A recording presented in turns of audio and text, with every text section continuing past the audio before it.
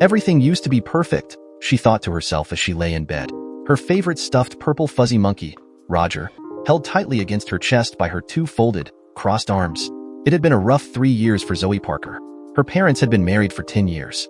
They had been a normal, happy family for those 10 years. Then it all fell apart. A little bit of bickering evolved into full-on shouting matches. Any resemblance of that loving, quaint family was gone. Zoe didn't know how it got that bad. It wasn't something she could see coming or predict. It just seemed to grow, like a storm coming off the lake, and then suddenly the little drops of rain turned into a huge downpour accompanied by the crashing thunder of broken dishes and screamed curses. She lay there, chin tucked into her chest, nuzzling her nose into the fuzzy head of Roger. She could hear her mother screaming again. This time it was because Zoe's father was unable to make the 6-hour trip for a visit he scheduled months ago. It had to do with work or something. Zoe found herself numb to the ever-growing spew of reasons. She didn't care anymore. She had spoken to her father on the phone 3 times in the past 18 months and seen him 2 times less than that. She didn't expect him to come. Her mother was a different story. You never realize how much a woman can change when she loses the man she loves, and her heart shatters. Sandra Parker always seemed to be more upset that she wouldn't see Zoe's father rather than he cared enough to make the trip to see Zoe. Indeed, even after 3 years she was still in love with him. When he left, she tried to fill the void inside her with some light drinking. An occasional wine with dinner, going out for drinks with friends every now and then. These were all completely normal for an adult to do in Zoe's mind. It's when things began to escalate that Zoe could see her mother was developing a problem. 1 glass of wine at night turned into numerous glasses throughout the day. Going out for a drink once a week had turned into not going out once a week. The drinking had stopped a year ago. That was when Sandra found out Zoe's father had remarried. The news came without notice. Just a call one afternoon to announce that he had met someone a year ago, they had gotten married in a tiny ceremony a week ago, and that he was moving 6 hours away with his new wife and her daughter. A love story wrapped up in a 5-minute phone call. Zoe didn't blame her father for hiding it. For the same reason, she didn't blame her father for not making more of an effort to see her. Since the split, Zoe's mother was a different person. The loving, warm woman who loved to bake oatmeal cookies, color with crayons, and never once swore. That woman Zoe knew as her mother was replaced with an empty, cold woman who, when she wasn't furiously angry, was an emotionless zombie of a mother. But her mother putting away the alcohol wasn't the blessing it should have been for Zoe. The bottle had been replaced with a needle. Zoe noticed the telltale signs of narcotics used right away, but couldn't put the pieces together and realized that's where they pointed. She had noticed her mother's sudden drop in weight, the heavy bags under her eyes, and the fact that she never slept at night. Whereas before, Zoe's mother was constantly yelling at her about something, making her feel like her father leaving was her fault, making her feel as if she ruined her mother's life. At least now her mother stopped yelling and would mostly just leave Zoe to herself. While this wasn't the ideal life for Zoe, she saw it as an improvement and figured things could continue to get better over time. Then 3 months ago, her eyes were opened. She came home from school and had to use the restroom. The bathroom door was locked and her mother was inside. "Mom, I have to use the bathroom," Zoe said through the wooden door. Her mother replied with a frantic tone, "Zoe, you're going to have to wait. I'm busy in here."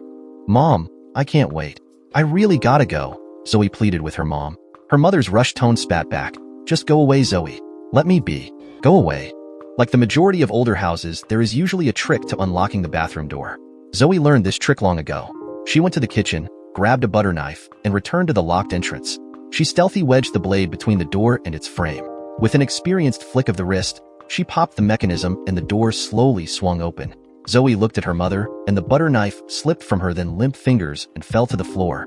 Directly in front of Zoe was her mother, sitting on the toilet, sprawled back against the tank, legs and arms spread out. On the middle of her left arm was a just untightened rubber tube.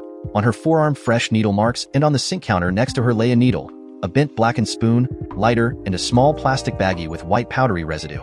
Sandra Parker tried to reach out for her daughter, tried to offer some kind of explanation, but instead only incoherent babble fell from her lips. She dropped her hand in defeat, slinked back against the toilet, and let her eyes roll into the back of her head as the high took her over. Zoe stared, mouth gaping open, unable to move or think or feel. She witnessed her mother's fruitless attempt to explain. She saw the evidence, and while only being 13 years old, was by no means a dummy. She knew her mother had just shot up with heroin. Zoe, without making a sound, reached up, grabbed the bathroom door handle, and slowly closed it behind her. She walked, step by step, to her room. She crawled into bed, reached out, pulled Roger's furry body into her own, rolled to her side, stared blankly at the wall, and began to weep. It wouldn't be the last time Zoe found solace in the embrace of her purple monkey Roger and the solitude of staring at the wall. For the next 3 months, every time she saw her mother and knew she was high, she would slowly walk to her room, grab Roger, and continue her position staring at the wall and sobbing. This would happen 3 to 4 times a week for the next 3 months. She would come into the kitchen, see her mother with that drugged-out smile, and simply turn around and head to her room without muttering a word. Her mother never seemed to notice. Then again, her mother never seemed to notice anything these days. Whether it was Zoe's failing grades, the letters from her teachers that came in the mail, or the black eye she came home with after a fight at school, Zoe's mother wandered around the house in a complete haze, totally oblivious to the world around her. Today will probably be no different, Zoe was thinking to herself as she walked home from school. She dreaded school. She dreaded coming home. She dreaded just about everything in her life. She especially dreaded the thought of coming home to finding her mother high again. She knew the odds were likely. Her mother's drug use was growing noticeably over the past couple weeks. Zoe wasn't angry at her mother. She loved her mother more than anything in this world and simply felt complete sadness that her mother was hurting so much inside that she had to resort to drugs. Zoe just wanted her mother back. As Zoe reached her destination on the sidewalk, made the turn, and headed to her front steps, she bit her lower lip. This is it. Let's see how high she is today, she thought to herself concerning the condition of her drug-addicted mother. The handle turned slowly as Zoe opened the door and entered the house. It was silent inside, but it was always silent inside. The television disappeared months ago, and Zoe's mother never listened to music anymore.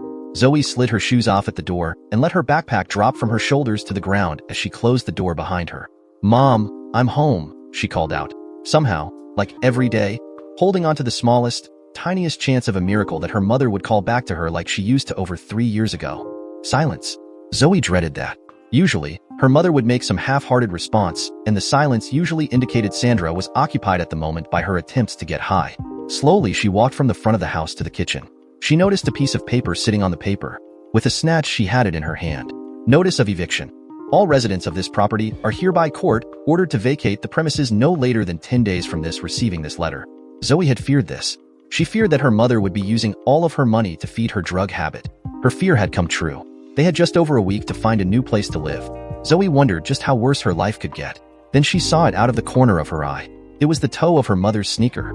It was sticking out from being the big brown recliner in the living room. Zoe quickly rushed over to the location of her mother. Another fear had come true. Her mother was on her back on the living room carpet, her skin pale and colorless and her eyes staring blankly into the air. A small gasp escaped Zoe's lips. Her hand cupped her mouth as she stared at her mother's body. Her hand then went to her mother's mouth and nose. No breath came forth. Then her fingers went to her mother's wrist. Among the old track marks there was no pulse to be felt. She then raised her hand to her mother's forehead and felt the far too cold skin. She looked into her mother's eyes and saw a peace she hadn't seen in 3 years. No anger, no heroin high, no sadness.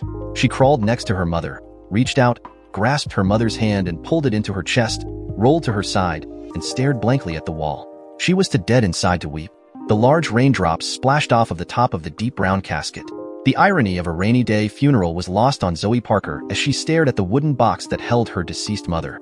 Zoe observed the 20 or so people who decided to attend the burial ceremony.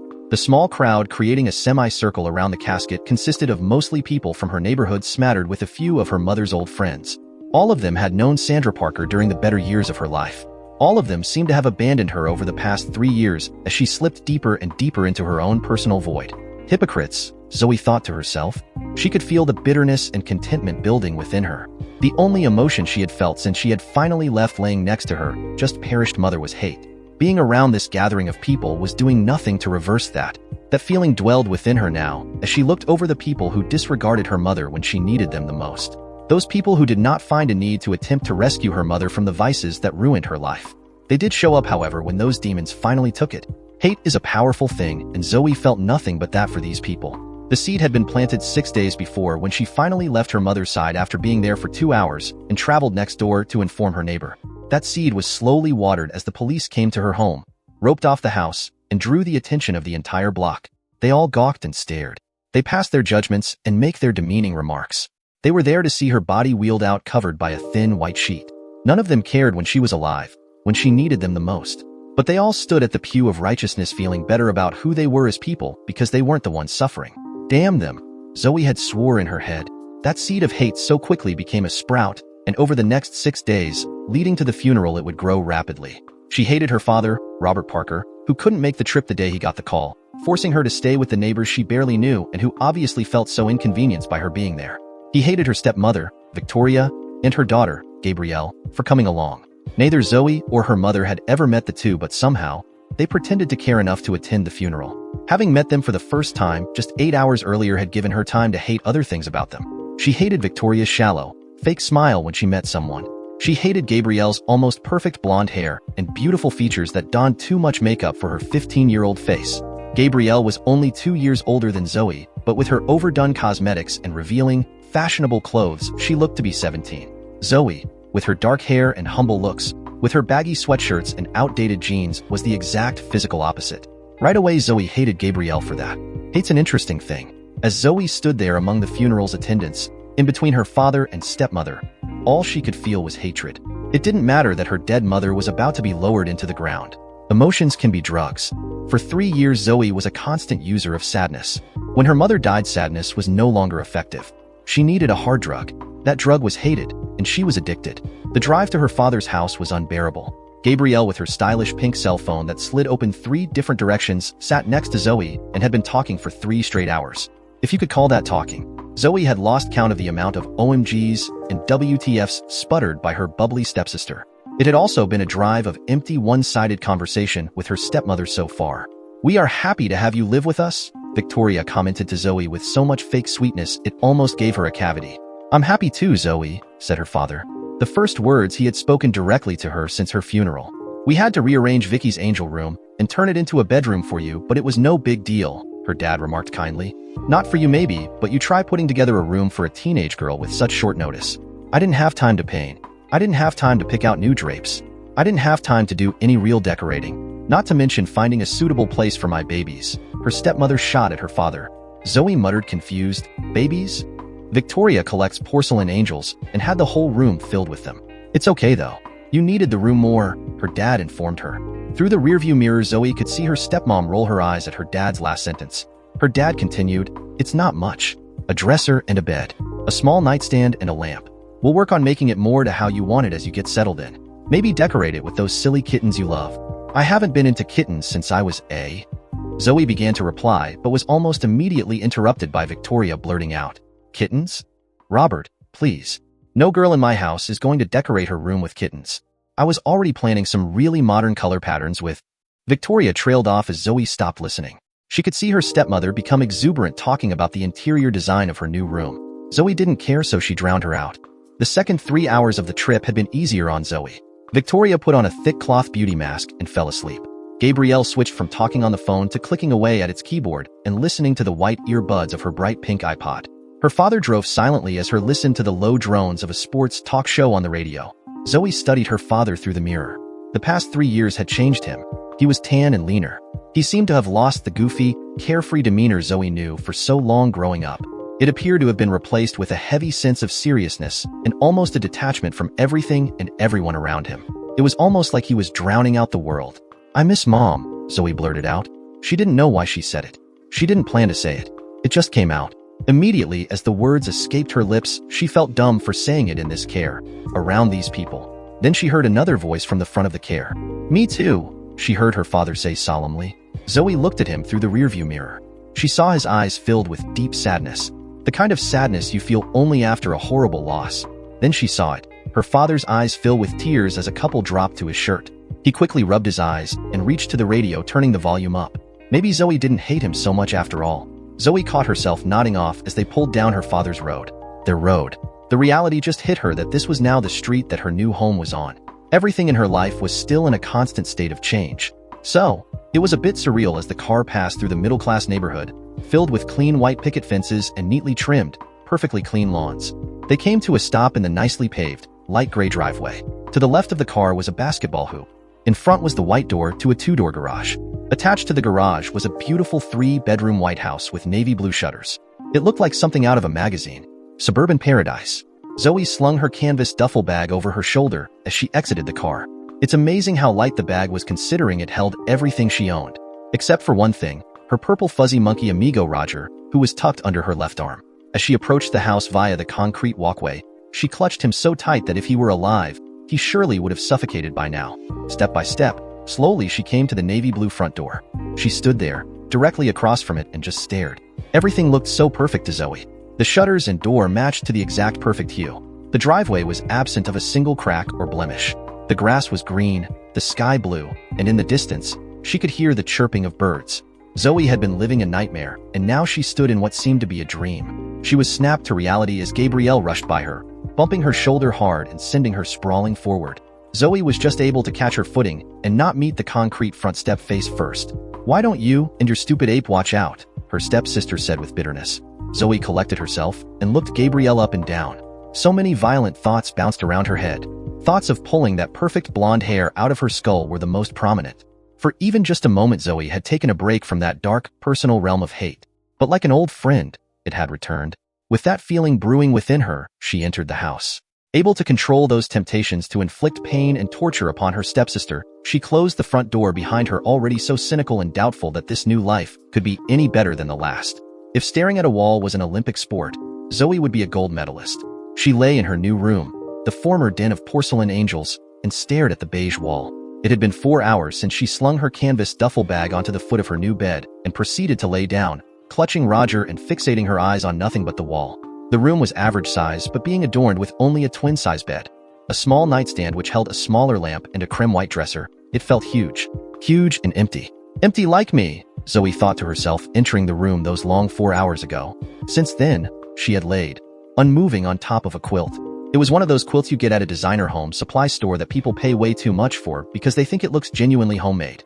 Zoe was immediately reminded of Victoria with how fake and corny it looked. Like her, it tried way too hard to be something it wasn't in an attempt to impress everyone. Zoe did have something to be thankful about. In those previous 4 hours, she was not bothered a single time. Not one time did someone stop in to see how she was doing, to ask if she needed anything, or just to check in. For this, Zoe was grateful. She didn't want to see anyone, talk to anyone, or be around anyone, especially the people in this house. While her father wasn't horrible, he just reminded Zoe too much of her lost mother and how much life had changed in 3 short years. The layout of the house actually complemented Zoe's solitary desires. The front of the house held the living room, dining room, and the kitchen. On the right of the house were the bedrooms of her father and Victoria and Gabrielle. To the left of the house was a large bathroom, the laundry room, and then Zoe's room. Lying in her bed, she was at all times at least 50 feet away from everyone. Mathematical blueprint equations like this are what kept Zoe's mind busy as she gazed at the wall. A knocking at her door popped Zoe's tranquility bubble. She was no longer alone. The voice of her father rang through her door. "Zoe, can I come in? Maybe he'll go away if I don't say anything." Zoe's voice pondered in her head. "Zoe, are you okay? Look, I know you probably don't feel like doing a lot. Losing your mom was probably really devastating to you. I'm here for you. Zoe, we're going out to this nice Italian restaurant in town. They have some great lasagna. I wish you would come, but I understand if you don't want to. The new house and everything is a lot to take in. Remember though, Zoe, I know we haven't spoken much or seen each other much the past few years, but you're still my little girl and I love you. I'm always he." Her dad's heartfelt speech was shrewdly interrupted by the shrieking voice of Victoria. "Robert, let's go, or we're going to miss our reservation." The magnitude and tone of Victoria's cry made Zoe wince in her bed. Zoe could faintly hear her father's hand fall to the handle of her door. At that moment, a significant part of her wished he would open the door, come inside and hug her. That part of her yearned to have her father hold her close, like when she was little, and make her feel like everything was going to be all right. But then the bitterness of reality came calling, or rather yelling. "Robert, you get out here now, or we're leaving without you." Victoria hollered with such sharp poison. Zoe could hear the door handle jiggle just a tiny bit as she realized her father's hand had fallen away, and he was now retreating to Victoria at the front of the house. In that moment, the portion of Zoe that ached for her father's love began to wither away. And as she heard the front door close and the car drive off, leaving her alone in the house, it all but died. The sunlight pierced through the white shades of her bedroom window and felt warm on Zoe's skin. She groggily raised her head off her pillow and realized that she had fallen asleep. Glancing at the clock on her nightstand, she noticed that it had only been an hour since her father stood behind her door. Bored, curious, and well aware that she had the house to herself for at least another hour, Zoe decided to venture from her room. As she opened her door and stepped out in the hallway, she immediately noticed the amount of pictures on the hallway walls. These were high-class portraits of Victoria, and Gabrielle, and a rare occasional one with her father. They all had the same trendy look as everything else in the house. Zoe found herself admiring a particular one of Gabrielle. "She's so beautiful. She looks like a supermodel," Zoe thought to herself as she looked over the close-up on Gabrielle with her face in her hands. The focus of Zoe's eyes shifted, and she could now see the reflection of herself against the glass of the picture frame. She examined her average green eyes that she thought were too big and round. She frowned at her shoulder-length, unkempt brown hair, and the round cheeks that she thought resembled a chipmunk. With the immediate comparison to Gabrielle's high cheekbones and feline exotic-looking blue eyes, Zoe felt like a potato next to a rose. Just down the hall, she could see the entrance to Gabrielle's room. Zoe moved swiftly down the hallway and stood in front of the door, contemplating whether or not to go in. Lasted 2 seconds as she quickly turned the handle and gently pushed the door open. Without stepping through the threshold, Zoe could examine the entire room. Gabrielle's bedroom resembled a stylish New York City studio apartment. Her bed was positioned at an angle 5 feet from the back corner. Built into the opposite far corner was a mahogany computer desk. It was adorned with a pink laptop, stacks of notebooks, pens, and folders. The entire room was colored in deep browns and light pinks. One thing in particular caught Zoe's eye. To the left of the door, between 2 tall windows with light pink curtain, stood one of the most stunning sights she'd ever seen. Her eyes were now transfixed on a gorgeous ivory vanity. A row of 3 drawers was the base with shorter row on top of that. There was a grand, oval mirror fixed to the top, and the glass was outlined with beautiful floral etchings. The entire vanity sat on 4 legs that were sculpted top to bottom into wooden roses.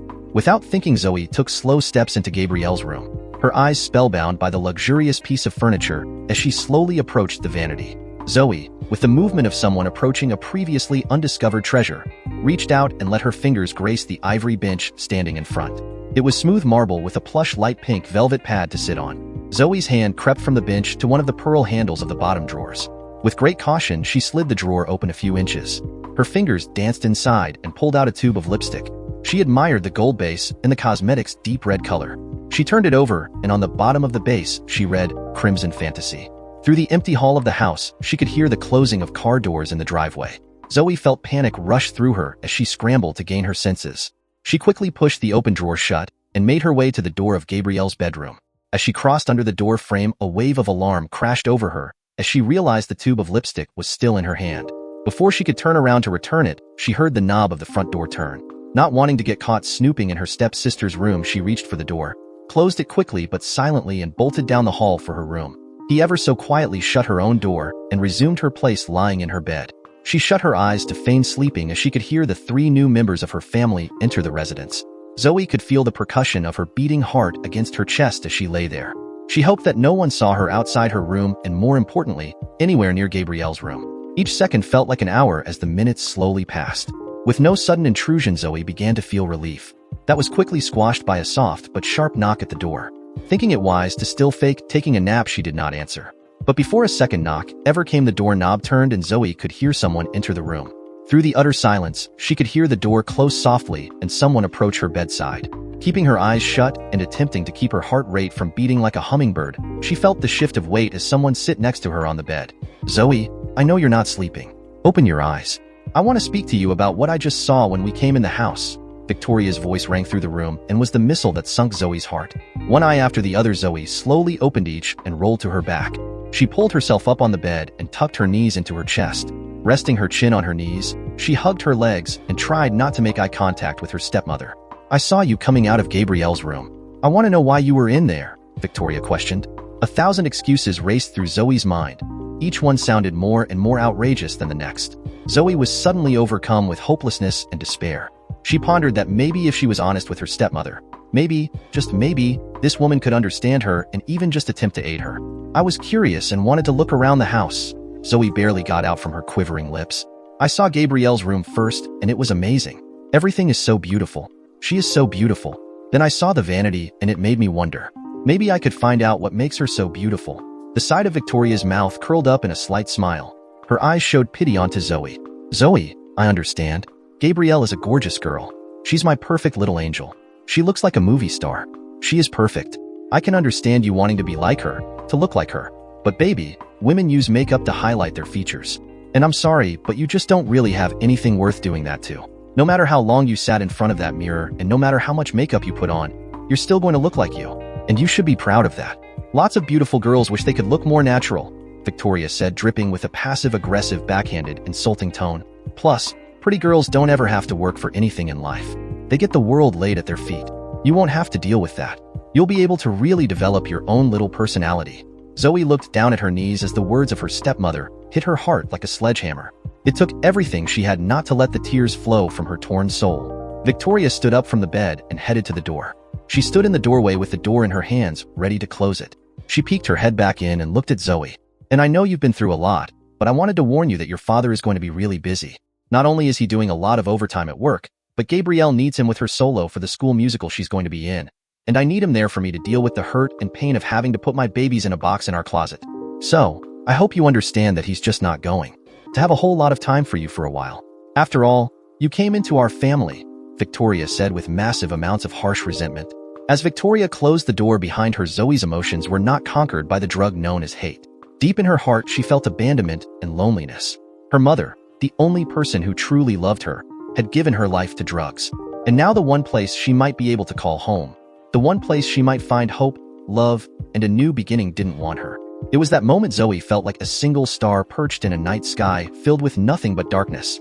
It was that moment that Zoe felt like the only answer was to escape the pain, to let the darkness extinguish her starlight, and to take her own life. The quilt lay underneath Zoe undisturbed. It had been 4 hours since her stepmother came into her room and said the words that cut through Zoe like a knife. It had been 4 hours since Zoe had first contemplated taking her own life as a solution for her tragic problems. It had been 4 hours for her to lie there, staring at the wall, holding Roger ever so tight and go back and forth on the decision to do it. It was now 2 o'clock in the morning. The red numbers on the alarm clock next to her bed pierced the darkness. Zoe hadn't had much of an appetite in the previous week, but now she was finding her stomach growling like a caged tiger. Mulling over the consequences of the last journey from her room, Zoe decided the chances of everyone being sound asleep were good enough to venture forth to the kitchen. Once in the hallway, Zoe tiptoed towards the kitchen with Roger in tow. She emerged from the end of the hallway, took a right, and was at the opening of the kitchen within 10 steps. Luckily for Zoe, the multiple expensive appliances offered enough luminance through the dark for her to manage a path to the marble tile floor. The ground felt cold on her bare feet as she crossed from the carpet of the hall to the kitchen. Her hand traced over the long matching marble counter as she found her way to the double-door refrigerator fixed against the back wall. Like all of the other appliances around her, it was gleaming stainless steel. Zoe reached for a handle on the front of the refrigerator but found nothing to grasp. Squinting her eyes and looking closer, she found that except for a pencil-thin line separating the two doors, the surface was totally flat. Stumped and still hungry, Zoe made her way back to the long counter where she thought she had seen a basket of fruit. She found it there in the center of the marble, a perfect hand-woven basket holding a variety of fruit. Zoe's stomach grumbled when she saw what appeared to be a juicy red apple. Zoe snatched it quickly in her hands and found it to be slick and odd. She looked closer and realized that the apple was wax and out of the top hung a small wick. Zoe frowned and set the apple imposter back in its home. Disappointed, she decided to give up on her quest to relieve her hunger. Just as she was about to turn out of the kitchen, she heard footsteps coming down the hallway.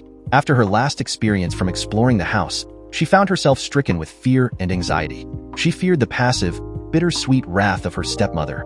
But before she could move, there now stood a shadowy figure at the end of the hallway and was taking its steps towards the kitchen. Out of pure instinct, Zoe found herself shutting her eyes and cowering. "Zoe, is that you?" It was the voice of her father that rang through the darkness, calling out to her. Zoe found herself slowly releasing from her tight ball of protection. "Yeah, it's me, Dad," she responded back to him. While the largest portion of her fear had subsided, she found herself still a bit weary of letting herself feel totally comfortable. "What are you doing up at this hour?" Her dad's voice sounded weary and tired, but also expressed concern. "I don't know. I'm hungry, I guess. I was trying to find something to eat, but the refrigerator handle is broke, I think." Zoe offered her explanation. Zoe could hear her dad chuckle under his breath. He walked past her, wearing his navy blue flannel pajama pants and crisp white cotton t-shirt, and stopped in front of the fridge. He motioned her over with a small hand gesture. Zoe obeyed and walked over, standing next to her father. He pointed to the bottom of what appeared to be the right door of the steel obelisk. He placed his finger 3 inches to the left of the pinstripe line and pressed. The door released from its grasp and exhaled a deep breath of cold air. A small awe of the obviously expensive technology was felt by Zoe, but was soon replaced with a wonder why her dad needed the Jetsons refrigerator. It, like everything in the house, seemed to all be put together for the simple purpose to impress others. Not to be practical, but to be the talk of those who saw it. Zoe, who had spent the last couple years shopping for her and her mother and microwaving most of her dinners, found herself just not feeling the need for all the hoopla. While Zoe pondered what other domestic devices had secret hidden entry methods, her father had removed a glass bottle of milk and a plate of cookie bars. He then placed his hand gently on Zoe's back and guided her around to the other side of the countertop. There she found a row of wooden stools with puffy black cushions. Her dad pulled out one and let her sit first. Then he found his own sitting next to her. The hunger pains grew sharply as he pulled the plate of cookie bars in front of them. The graham cracker base was covered by a swirl of chocolate. Zoe's mouth watered as she reached for her first one. For the next 5 minutes, the two sat in silence.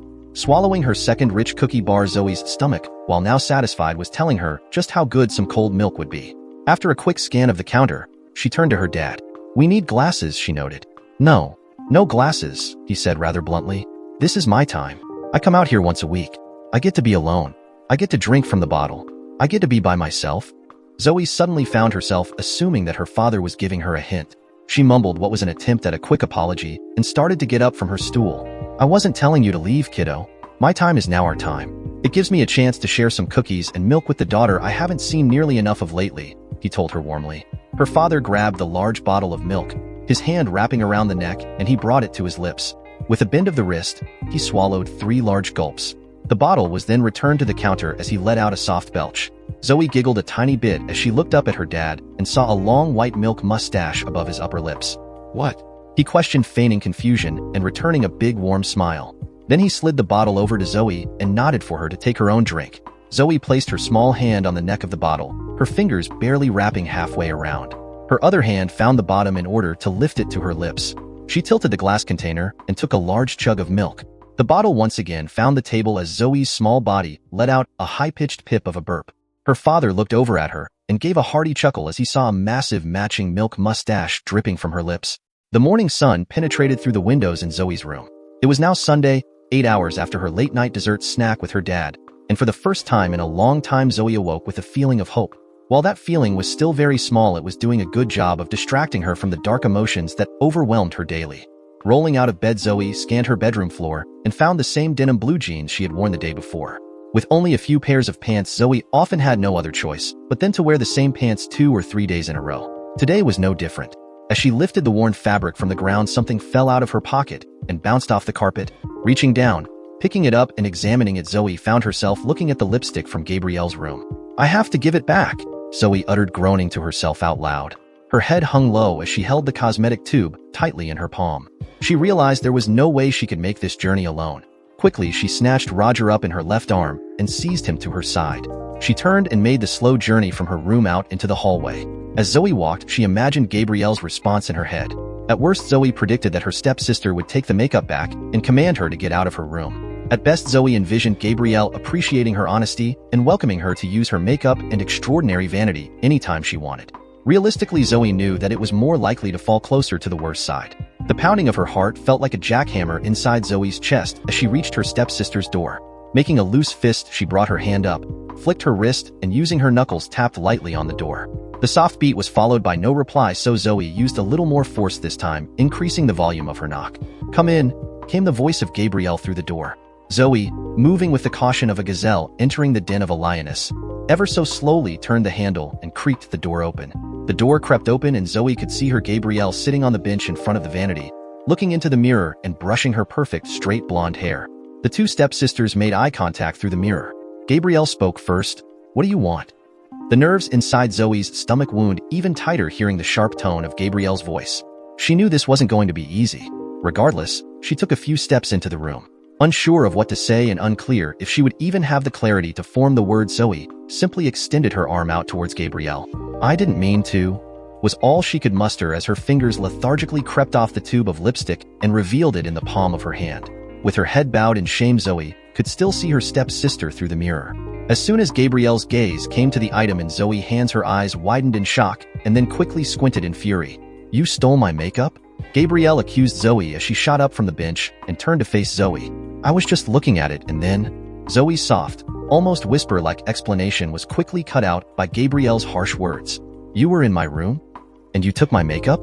You ugly little brat. Just because you look like a troll doesn't mean my makeup will fix that.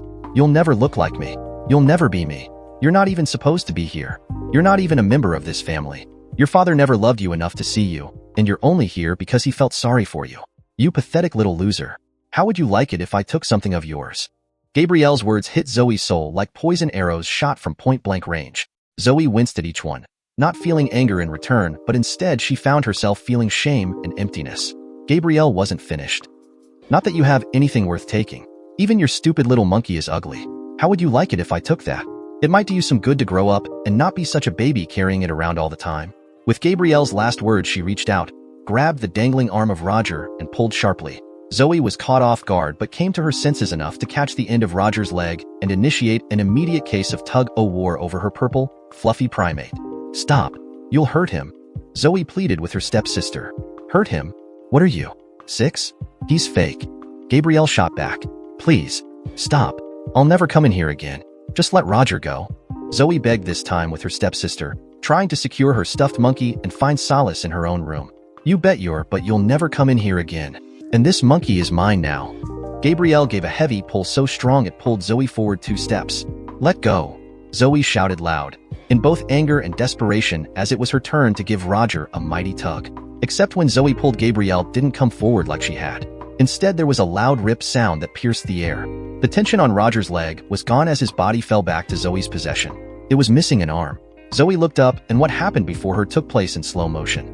It was almost like time slowed down as she watched Gabrielle lose her balance after Roger's arm ripped off in her hand. Gabrielle stumbled backwards, flailing, unable to catch herself, but it was too late. Zoe watched in shock as Gabrielle fell back into the vanity, sending it crashing to the ground and falling on top of it. The glass of the mirror shattered and Gabrielle fell in a heap on top of it. Before either girl could move, there were 2 loud, heavy set of feet running down the hallway. First to appear in the doorway was Zoe's father. He stared in awe of the sight before him. Second to arrive was Victoria, Zoe's stepmom, who upon seeing her baby girl lying on top of the broken vanity mirror let out a shriek of terror and horror. She shoved her husband aside and ran to her daughter. "Zoe, what did you do?" were the first words to come out of her father's mouth. Before Zoe could mutter an answer, Victoria interjected. "I'll tell you what she did, Robert. She came in here to ask Gabrielle if she could use her makeup. When Gabrielle said no, Zoe got so jealous and angry that she shoved poor Gabby right into the vanity. The vanity, by the way, that was one of a kind and will take me forever to replace." Victoria's baseless accusations came forth so freely. She had turned again to her daughter, who was now sitting up. Gabrielle appeared to be fine save for her now messy hair and a 2-inch superficial cut on her left cheek. It was a cut so shallow that while it was red, it couldn't produce a single drop of blood. "And look at my poor baby. That's going to scar." I know it.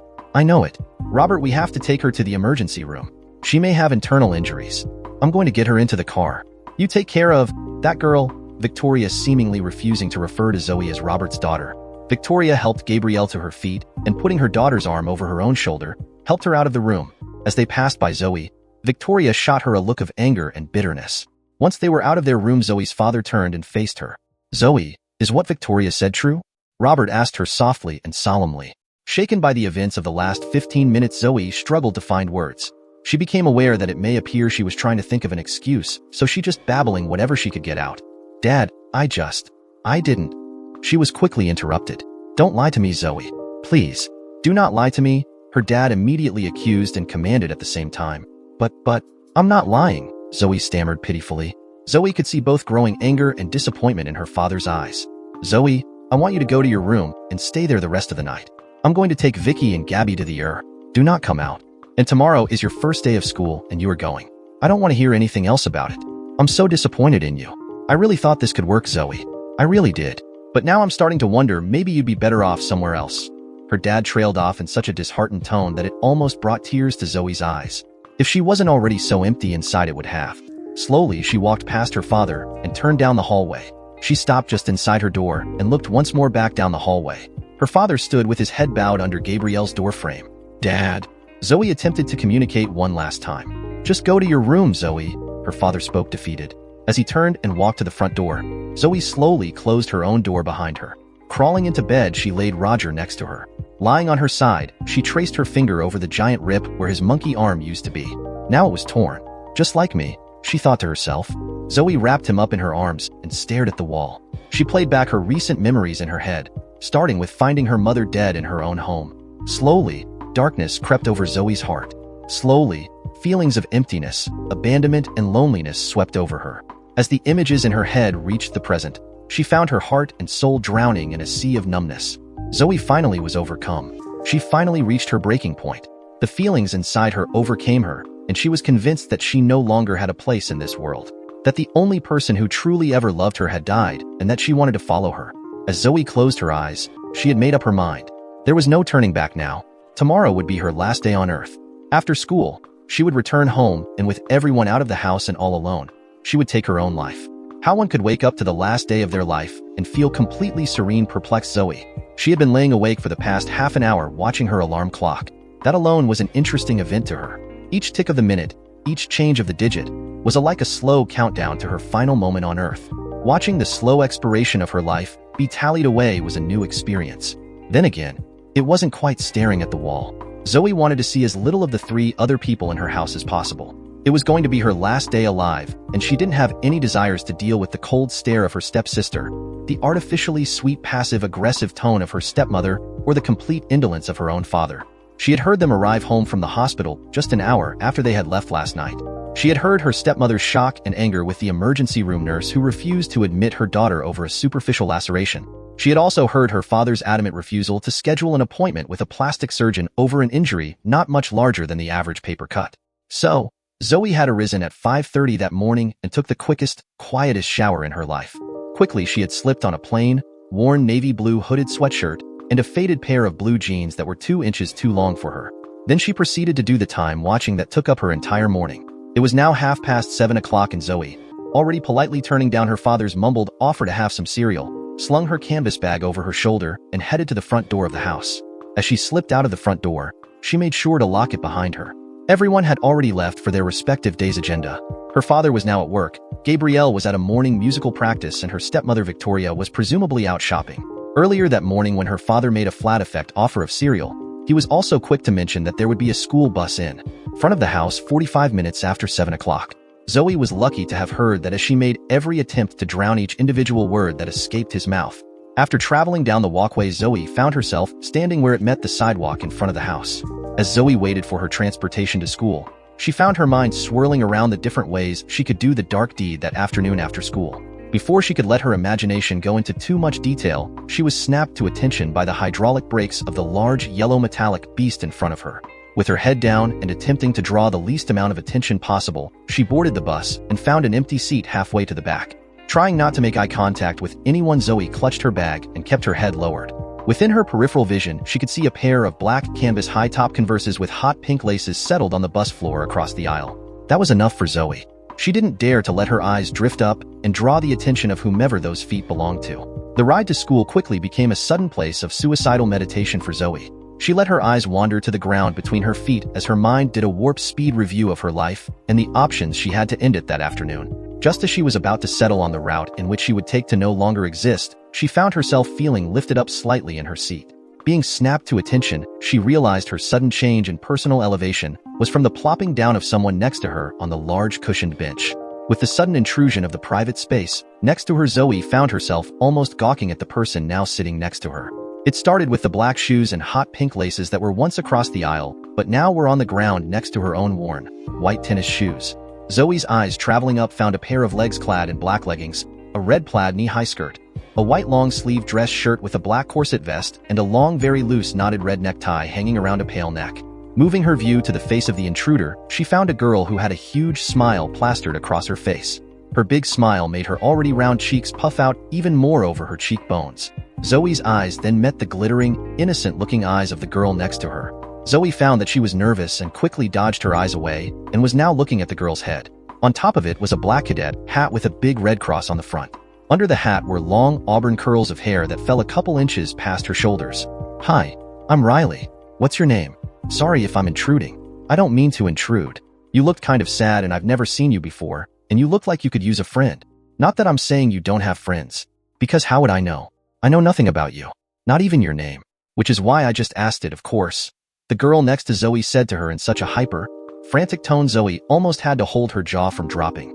Zoe hesitated her response for a sheer moment, and Riley jumped all over it with another energetic, boastful response. "I'm so sorry if I scared you." "I did, didn't I? I knew it. I don't always talk like this, just when I meet new people or when I get nervous. It's kind of like a tic or something, but now I'm sitting here, scaring the poop out of you talking like an over-the-top Saturday morning cartoon character hopped up on a truckload of pixie sticks or something. So, what's your name?" Zoe. Zoe Parker." Zoe surprised herself by managing to let her name spill out as a response. "It's blessed to meet you as Zoe Parker," Riley said in a very joking tone that still made Zoe feel embarrassed. "I'm sorry. I was just joking. It is great to meet you. We're going to be best friends." "I already know it." "Probably not," Zoe muttered while staring at the ground. I knew it. I came off as this babbling monster and totally scared you. I don't blame you. I'm not the most normal person. That's probably why I don't have too many friends. I mean, I have some friends in my youth group, but at school not really. Most people are nice and all but not friends, you know? No one there who, really knows me. But if you don't want to be friends, I understand. Riley's words implanting into Zoe's mind, making her realize this was the most anyone had spoken to her since she could last remember. No, it's not you. It's not like that. I'm going to be moving soon. Real soon. Zoe found a way to try and brush her off without letting Riley know the real reason she wouldn't be around to be friends. Really? Wow. I've never seen you before, so that must mean you're new here. And now you're leaving. That's odd. Well, that means we have one day to become the bestest friends in the entire world.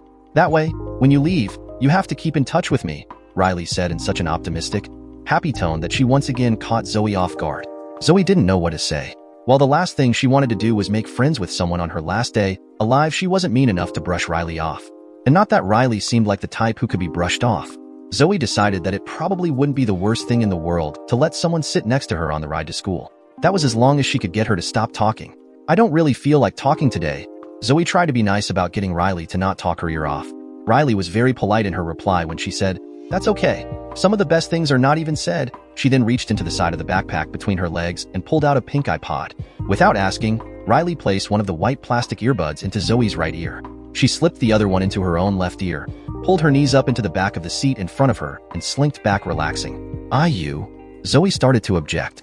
Sure. We're not talking. Riley was quick to remind her with a coy, matter-of-fact tone. Zoe gave up her half-hearted fight and let herself relax back into the seat also. The music playing into Zoe's inner ear canal was an alternative rock band she had never heard before. It was heavy on bass and drums, and the little bit of lyrics Zoe did listen to didn't seem to fit the normal rock music mold. Just before leaning her head against the bus window, Zoe glanced down at the face of the digital music player. She could make out the name of the band playing as it was listed on the small LCD screen. It read, Skillet. The school day went by being neither too eventful nor memorable for Zoe. Still planning to go through with her plans after school gave her no reason to take in the details of the school, whether it was the teachers, her locker combination, or much of anything else. The things she did notice were few and far between, such as that the high school was average size and that half the boys and girls in her freshman classes resembled her stepsister Gabrielle in their expensive brand name clothes, an obvious over-prioritization of their looks and a snooty demeanor of self-worth. Zoe did have 4 classes with Riley, the girl from the bus. Attempting to convince herself not to care, Zoe attempted to nicely ignore her throughout the day. Riley made that hard as she would playfully throw pieces of paper at Zoe just to get her attention, so she could make goofy faces at her from across the classroom. She did this in every class they had together. It made it rather difficult for Zoe to concentrate on just how she was going to finish her mortal tenancy after school was out. As the last bell rang, Zoe bolted as quickly as she could to the bus without drawing attention to herself. She planned to find a seat with someone else in order to avoid Riley. Boarding the bus, Zoe groaned. She was the first one on. With her plan foiled, Zoe found the same seat she occupied that morning. Somehow it didn't surprise her when the second person on the bus was Riley. It surprised her even less when Riley plopped down right next to her. Riley looked at Zoe, placed her 2 pinched fingers to the corner of her full lips and pulled them across like a zipper. She then turned an imaginary key which she then pretended to throw out of the open bus window next to them. Bowing her head, Zoe tried to hide the smile she couldn't resist having after such a goofy display. The ride home was much like the ride to school. Riley once again placed the earbud in Zoe's ear, and once again they listened to alternative rock music. Zoe could hear the instruments, but with her mind slipping away, thinking about this being her last hour on Earth, she didn't focus on any lyrics. With a release of air, the hydraulic bus brakes came to their first stop. With the bus not moving, Riley reached into her backpack and pulled out a neon green gel pen and a small notebook. She quickly wrote something inside the notebook and then ripped out the paper that the fresh ink was on. Tosses the notebook back into her bag, she then folded the paper in half and wrote something on the top of it. The bus had started back up again, but after only traveling a few hundred feet, came to the second stop. Riley quickly scrolled through her iPod, hit the pause button, and pulled the earbud from Zoe's ear. Wrapping the tiny white headphones around the electronic device, she placed it in Zoe's hand and curled her fingers around it. Then she grabbed Zoe's free hand and placed the note gently into her palm. But Zoe was cut off by Riley's finger pressed against her lips. Riley shook her head, pointed to the note, and with a quick motion grabbed her bag and stood from the seat. Zoe looked at the note in confusion and looked back up at Riley. There was no one there, and the bus had started to move again. Zoe examined the top of the note that lay in her hand. Scribbled on it, she saw, "Don't open until you get home." Unsure of what to do, Zoe slid both the note and the abandoned iPod into the front pocket of her hooded sweatshirt. Before she could think, the bus came to its third stop. Looking up, Zoe realized this was her exit. She collected her bag, and with each step suddenly realized she was walking to her own death march. Soon she would flee the world that had brought her so much pain. Once off the bus, she quickly made her way to the front door, unlocked it, and bolted inside the house. Locking the door behind her, she went straight to her room. She found her fuzzy purple monkey buddy Roger and gripped him close as she took a seat on the edge of the bed.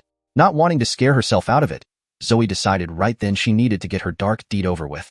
Without giving it much though, she came to the conclusion that she needed to silence the suffering now and extinguish her own flame of existence. She reached down, grabbed the bottom of her hooded sweatshirt, and pulled it off, revealing her white tank top underneath. Knowing exactly how she would attempt to join her mother in death, she arose from her seat on the bed. Then something caught her eye. The shiny pink iPod that had fallen out of her top lay on the ground next to her garment. She reached down and picked it up. Bent over, she also noticed the corner of Riley's note sticking out of her pocket. She grabbed that also and returned to her seated position on the bed.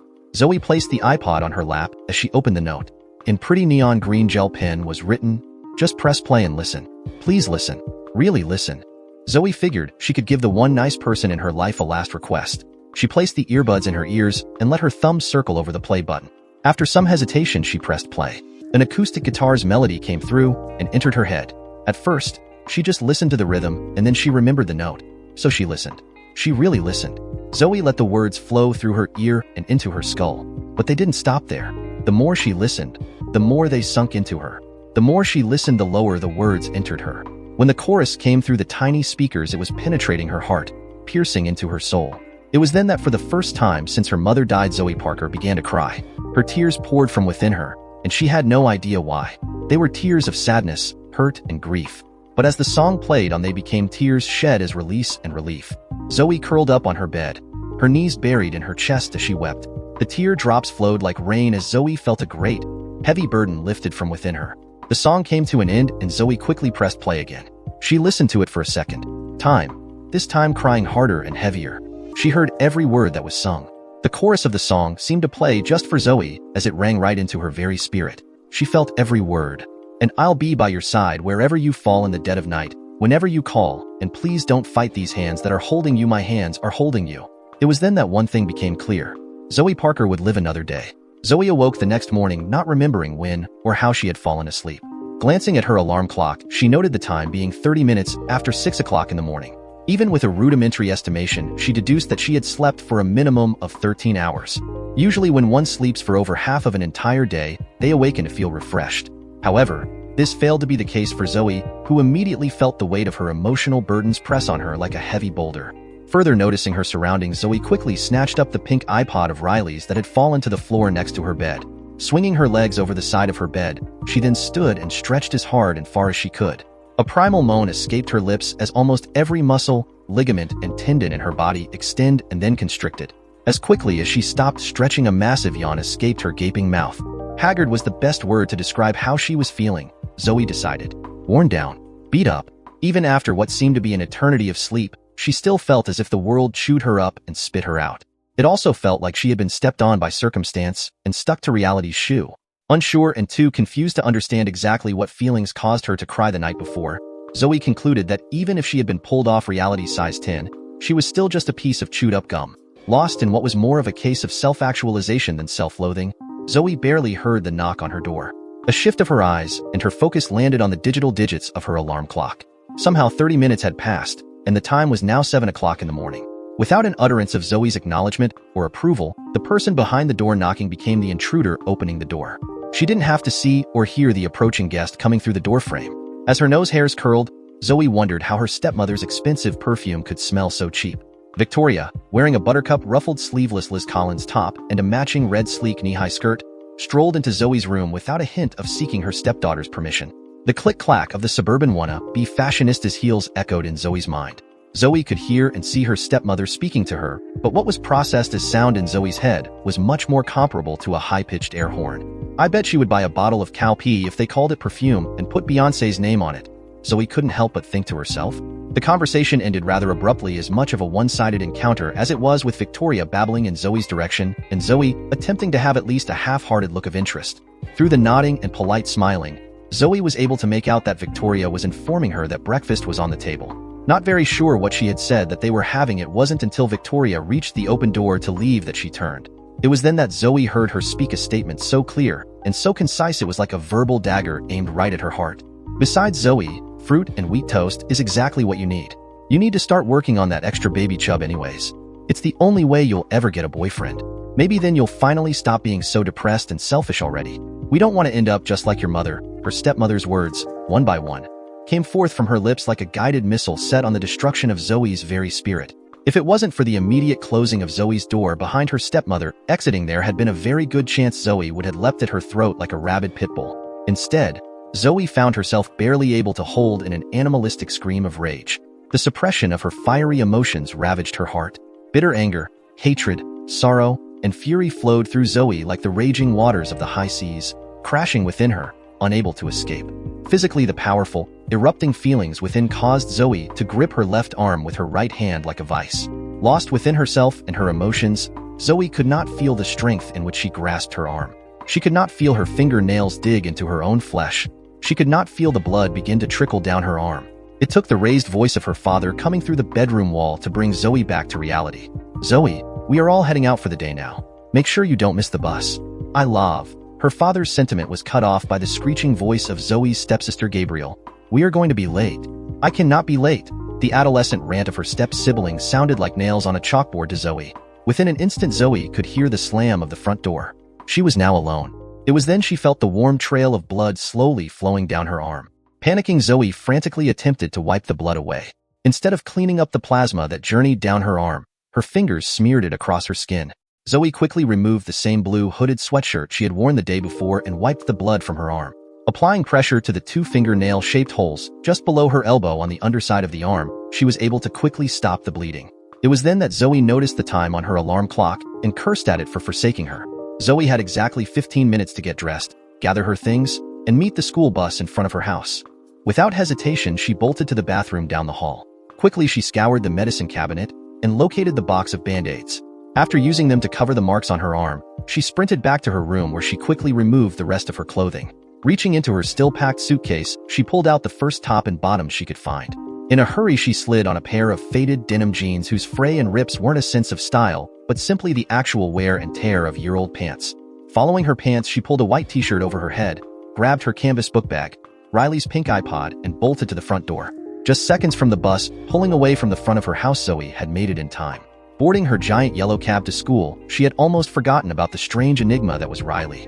But when she saw the glowing, massive grin plastered across Riley's face as their eyes met, she remembered the entire previous day. Pretending that she didn't see Riley, Zoe took the same bench she chose the first trip to school. And without much hesitation, there was a quick plop next to her, and Zoe wasn't alone. Zoe wanted nothing more than to convince herself that she wasn't happy to have the beaming smile of Riley next to her. But she knew deep inside that it was just a facade. Feeling a tiny bit of warmth in her gut, she pledged to herself to at least not let Riley witness her satisfaction. The body of her seat companion pressed against Zoe, and all of a sudden, she could feel the bulge of the digital music player in her pocket. Reaching into her pants, she pulled out the hot pink iPod, placed a single earbud in her own ear, placed the other earbud in Riley's ear, and then handed the device over to the girl next to her. As Riley scrolled through the music and pressed play, alternative rock came through the headphone into both girls' ears. Out of the corner of her eye, Riley could see Zoe respond with a warm, tiny smile. Zoe's smile only became bigger when she felt the head of Riley lean against her shoulder. The day went by in a blur for Zoe. In the hustle and bustle of schoolwork, droning teachers, and the sea of students, all she could remember when the final bell rang was every silly, goofy faces Riley made at her during their classes together. It was almost as if Zoe had been lifted from her real life and placed in a time freeze where all that existed was this impractical teenage girl and the ridiculous ways she attempted to make Zoe smile. Happiness had been a stranger to Zoe for so long, and at least for today, it had been like passing an old friend on the street. That's what worried Zoe the most as she walked the route to the school bus. The worry that when it came time to return to the den of anguished emotions that she now called home, that old friend would be once again long gone. Zoe didn't have much time to think about those thoughts too long. Quickly, she was on the bus, and even quicker, Riley was next to her. Reluctantly, Zoe raised her focus to meet Riley's eyes. Like a volcano trying to hold in its erupting lava, Zoe's attempt to refrain from smiling failed rather miserably. The grin painted across her face was akin to that which you might find painted on the bust of a cartoon clown. It wasn't Zoe's fault. She couldn't help herself. After spending the day with Riley as the prescription to her morning's illness, she could do nothing to contain the overwhelming happiness she felt when she looked at her new companion. So, I've decided that we can talk again. I mean, I'm surprised I went this long.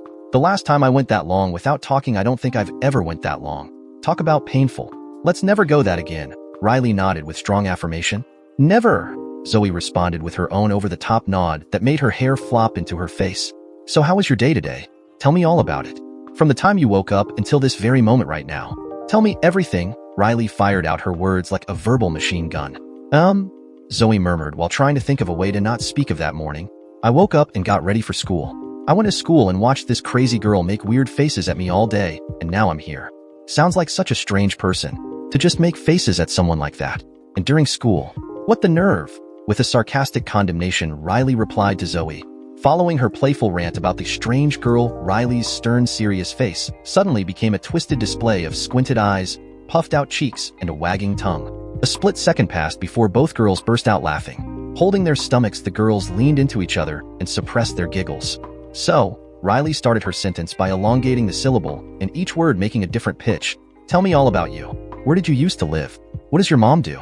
What does your dad do? Why did they move here? If a heavyweight prize fighter were to punch you square in the gut, it wouldn't hurt as much as the heavy brick that now sat in Zoe's.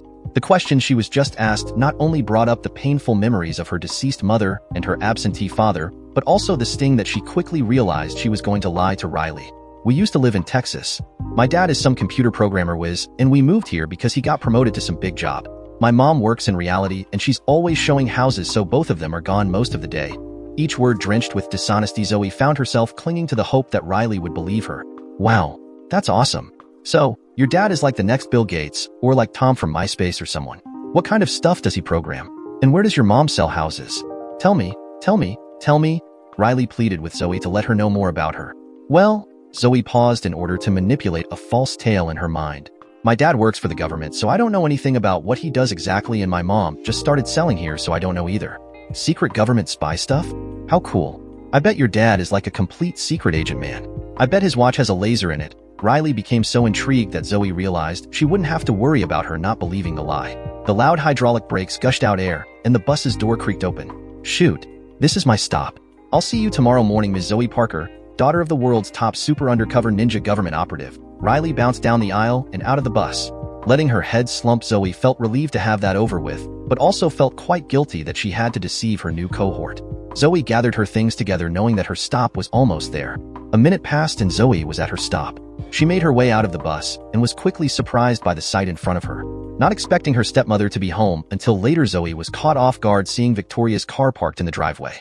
A massive wave of fear and painful remembrance from their encounter that morning had Zoe hesitating to even take a single step towards the house.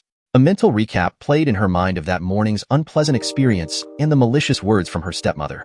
The dread of facing her stepmother again, twice in one day, had Zoe to the brink of tears. But then something else crept inside her mind. That of a mangled, abnormal girl's face. A face that shouldn't be able to look as goofy and silly as it somehow did. Zoe's mind-eye was now focused on the plethora of animated faces from her day at school. A rush of confidence filled within her, and she became certain of one thing. That no matter what her stepmother said or did, she couldn't take away the next morning's bus ride. That no matter what happened tonight, she would have Riley there tomorrow morning to make her forget it all. Dear listeners, please share your thoughts in the comments section below, and don't forget to like, share, and subscribe.